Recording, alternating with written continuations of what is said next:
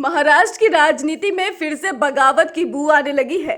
शिवसेना में हाल ही में हुई टूट पर उद्धव ठाकरे को नसीहत देने वाले शरद पवार का अपना ही घर बिखरने की कगार पर है। राष्ट्रवादी कांग्रेस पार्टी में नंबर 2 की हैसियत रखने वाले और पूर्व उप मुख्यमंत्री अजित पवार ने बगावत के पक्के और सीधे संकेत दिए हैं। उन्होंने गुरुवार को एक सवाल के जवाब में कहा कि जैसे राज ठाकरे ने अपने चाचा बाला साहेब ठाकरे का ध्यान रखा, वैसे ही वो अपने चाचा यानी शरद पवार का ध्यान रखेंगे।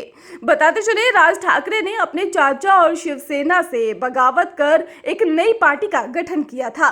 पवार फैमिली और ठाकरे परिवार की सियासी कहानी लगभग समान है। दोनों ही परिवार के मुखिया ने अपने अपने भतीजे के दम पर सियासत की है, लेकिन जब बागडोर सौंपने या फिर उत्तराधिकारी चुनने की बारी आई तो अपने बेटे को चुना।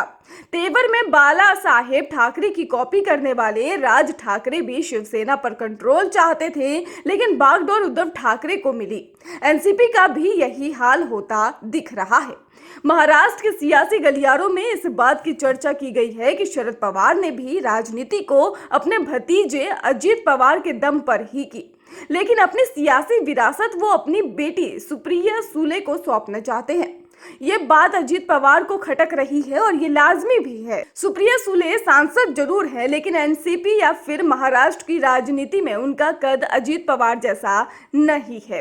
अजित पवार से जब गुरुवार को उद्धव ठाकरे ने सलाह लेते हुए कहा कि उन्हें अपने चाचा पर उसी प्रकार ध्यान देना चाहिए जैसा वो बाहर के लोगों पर देते हैं। इस पर पलटवार करते हुए अजित पवार ने कहा कि जिस तरह से राज ठाकरे ने अपने चाचा पर ध्यान दिया, उसी तरह मैं भी अपने चाचा पर ध्यान दूंगा। आपको बताते चले कि एमएनएस प्रमुख राज ठाकरे ने शिवसेना में उचित हिस्सेदारी नहीं मिलने पर अपने चाचा से राह अलग कर ली और महाराष्ट्र नवनिर्माण सेना का गठन किया। अजित पवार के बयान के बाद महाराष्ट्र की राजनीति में एक नए दल के गठन के संकेत मिलने लगे। आपको बताते चले कि शरद पवार ने कहा है कि किसी ने मुझे कहा कि रोटी सही समय पर पलटनी होती है और अगर सही समय पर नहीं पलटी तो वो कड़वी हो जाती है।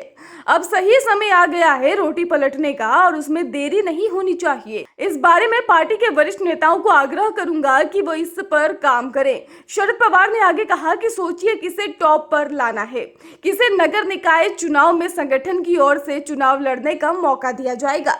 इससे एक नया नेतृत्व बनेगा। पार्टी में सभी वरिष्ठ नेताओं से काम करने का आग्रह किया जाएगा। शरद पवार के बयान पर शिंदे गुट के नेता और प्रवक्ता नरेश मसके ने कहा है कि एक बच्चा भी समझ जाएगा कि शरद पवार का रोटी पलटने वाला बयान पार्टी के नए नेतृत्व को लेकर है। इसका मतलब है कि वो अजित पवार को साइड लाइन करेंगे।